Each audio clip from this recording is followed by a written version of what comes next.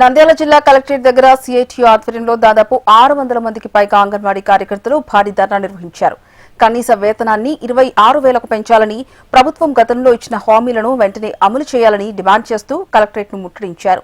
తాము తీసుకువచ్చిన వినతి పత్రాన్ని కలెక్టర్ స్వీకరించకుండానే వెళ్లిపోయారని కలెక్టరేట్ ప్రధాన రహదారిపై బైఠాయించిన అంగన్వాడీ కార్యకర్తలు తీవ్ర ఆందోళన చేశారు. నిరసనలో ఓ అంగన్వాడీ కార్యకర్త, లేడీ కానిస్టేబుల్ కు మధ్య తీవ్ర వాగ్వాదం చోటు చేసుకుంది. నంద్యాల 3 టౌన్ సీఐ వేణుగోపాల్ అంగన్వాడీలతో దురుసుగా ప్రవర్తించారని సిఐటియు నాయకులు, అంగన్వాడీ కార్యకర్తలు ఆరోపించారు. సీఐ, లేడీ కానిస్టేబుల్ పై వెంటనే చర్యలు తీసుకోవాలని వారు డిమాండ్ చేశారు. సమాన పనికి సమాన వేతనం అమలు చేయాలని, పెన్షన్, ఈఎస్ఐ, పీఎఫ్ వంటి సంక్షేమ సౌకర్యాలు కల్పించాలని అంగన్వాడీ కార్యకర్తలు ప్రభుత్వాన్ని కోరారు.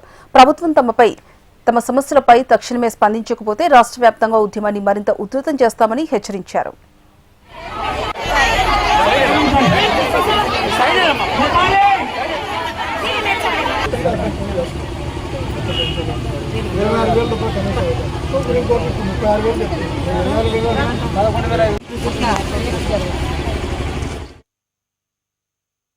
మేడం కి రిప్రజెంటేషన్ ఇచ్చి సానుభూతంగానే ధర్నా చేసుకుని వెళ్ళిపోవాలనుకున్నాము.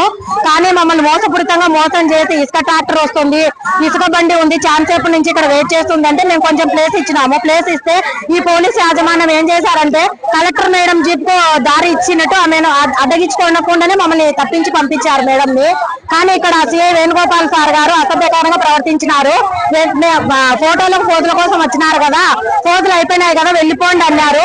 సరేలే అని చెప్పి మేము బయట కూర్చొని మేము ఫోటోలకు పోజులేని కాసారు వచ్చింది, మా ధర్నా కోసం మా కడుపు కాలు ఇంత దూరం వచ్చినాము జీతాల పెంపకం కోసము అని చెప్పడం జరిగింది. సిఐ సార్ గారు మాకైతే క్షమాపణ చెప్పాలి.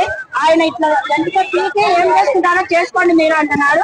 ఆయన మా టెంట్ దగ్గరకు వచ్చి ఆయన క్షమాపణ చెప్పాలి, ప్లస్ ఆయనను సస్పెండ్ చేయాలి. ఆడేళ్లను ఎట్లా మాట్లాడేది కానీ ఆయనకు తెలియదా? ఆయన ఒక ఐఏఎస్ ఆఫీసర్ లాగా ఉన్నాడు. ఆడేళ్ల మీద మా కడుపు పట్టుకొని మేము రోడ్డు మీద కూర్చున్నాం, అంతేగాని ఆయన ఎటకారంగా మమ్మల్ని చూసి ఎటకారంగా నవ్వుతున్నాడు. అంటే అంత ఎటకారంగా కనిపిస్తున్నామా మేము ఆయనకు?